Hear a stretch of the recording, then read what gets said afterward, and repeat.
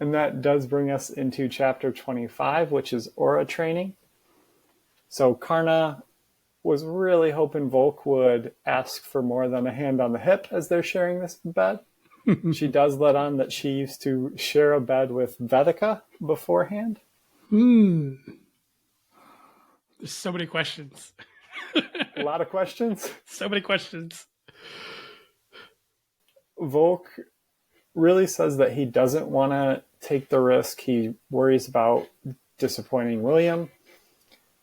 Karna starts to make a move, kind of lean in to give a little kiss, and Luther jumps in. Just straight, block shot. So he ends that moment pretty quickly. Well, then folks like, well, I could send Luther away, but Adelgis is always listening, so... And she's like, well, I set my Eldrin away every single night. Thank you very much. And I really don't blame Volk. I wouldn't have thought to send Luther away. He's not super set on anything. Like you said, he's kind of worried about the situation to start. So I wouldn't have thought to send Luther away either. But Karna's one step ahead of him there. But it's almost that like out of sight, out of mind kind of thing, because Luther's just shadow, so he's in the void, like in the shadows, just chilling. Yeah, he's not just hanging out as a plate armor in the corner.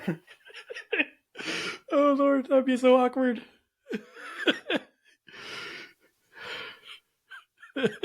We're missing Nicholin kind of running through him, poking out from the visor.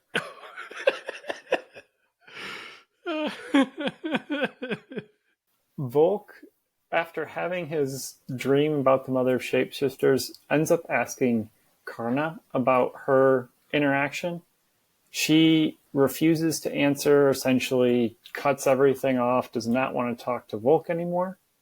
Volk is kind of thinking through the interaction, realizes that he really thought he was going to slow play it with Addie, come back from the plague, be cured. Addie and him would kind of pick up where they left off. Karna is just pissed about the whole situation, so she ends up leaving and saying that she doesn't want to share a bunk with Volk anymore. Ouch. Yeah, brutal. Now who's gonna cuddle with? Luther. Yeah. That plate armor. Jose is talking with Volk. They're essentially trying to make up for lost time. They don't have star shards to be able to practice imbuing, but he does offer to teach him aura magic. He says that, he's helped teach Devlin, he helped teach Vedika, and this would be an opportunity for them to spend some time together, work together, be productive. So Devlin is said to have the hurricane aura, and Vethika has the thunderclap aura when she had the Thunderbird. And with the thunderclap aura, it kind of pretty much like attracts toward, like lightning attracts towards anything metal. And for those that have played Breath of the Wild or Tears of the Kingdom know that if you are holding or have anything metal equipped with you while it's lightning actively like thunderstorm out, you get zapped and die. Or, Memphis Grace comes out or whatever. But still, you get pretty much killed. One shot killed. And I can only imagine this is probably how that thunderclap aura works. Just that, like, don't realize it until it's too late and just get zapped. Yes, and there's a lot of metal armor, a lot of metal weapons. It's tough to be in a battle with that and not have any metal on. We also learned that Blue Phoenix does create a unique aura. It's called Exhaustion Aura. So there have been cases, Jose mentions that they pretty much had multiple auras going on at once. So the Thunderclap aura, the Exhaustion aura, really combining to be a deadly duo. So Volk agrees to this training, but says that he does also want Adelgis and Fane to come along with and also benefit from the experience. Hey, they his boys. Always looking out for the squad. And I think, because we have Fane and we have Moonbeam, I think the agreed upon nickname, or what Volk's pirate name on the ship would be, Eclipse. So thank you everybody for voting for your favorite and chosen preferred nickname for Volke on the ship. I know there were some fun ones on there. I did vote for Shadow Daddy. Oh, did you? Did.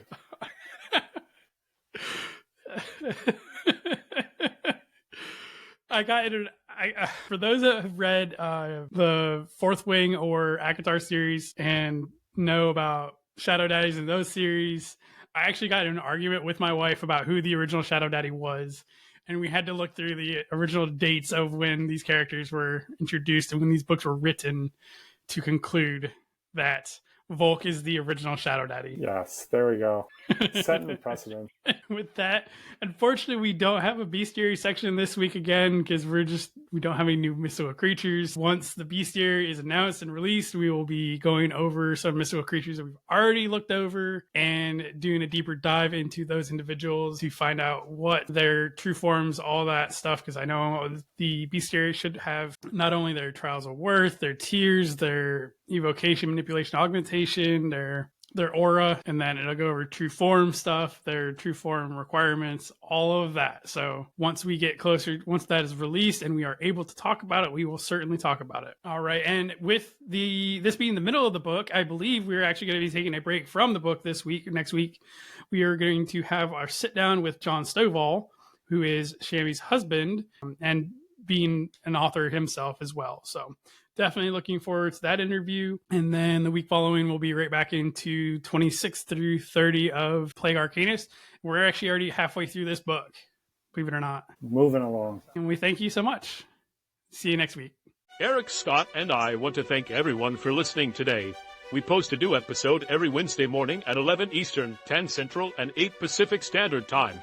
We are on all podcasting platforms and are also on YouTube as well for video. After the additional episode airs, we post chapter-by-chapter videos every day in a smaller, easier-to-digest format. We do want to give a special shout-out to the final member of our team, Dan Mackison, one of the admins for the Frith Chronicles Wiki, link listed below, and doing his best to keep everything running smoothly behind the scenes. If you want to reach out to us, you could email us at frithguildpod@gmail.com or on Facebook or any other social media by searching for Frith Guild Podcast.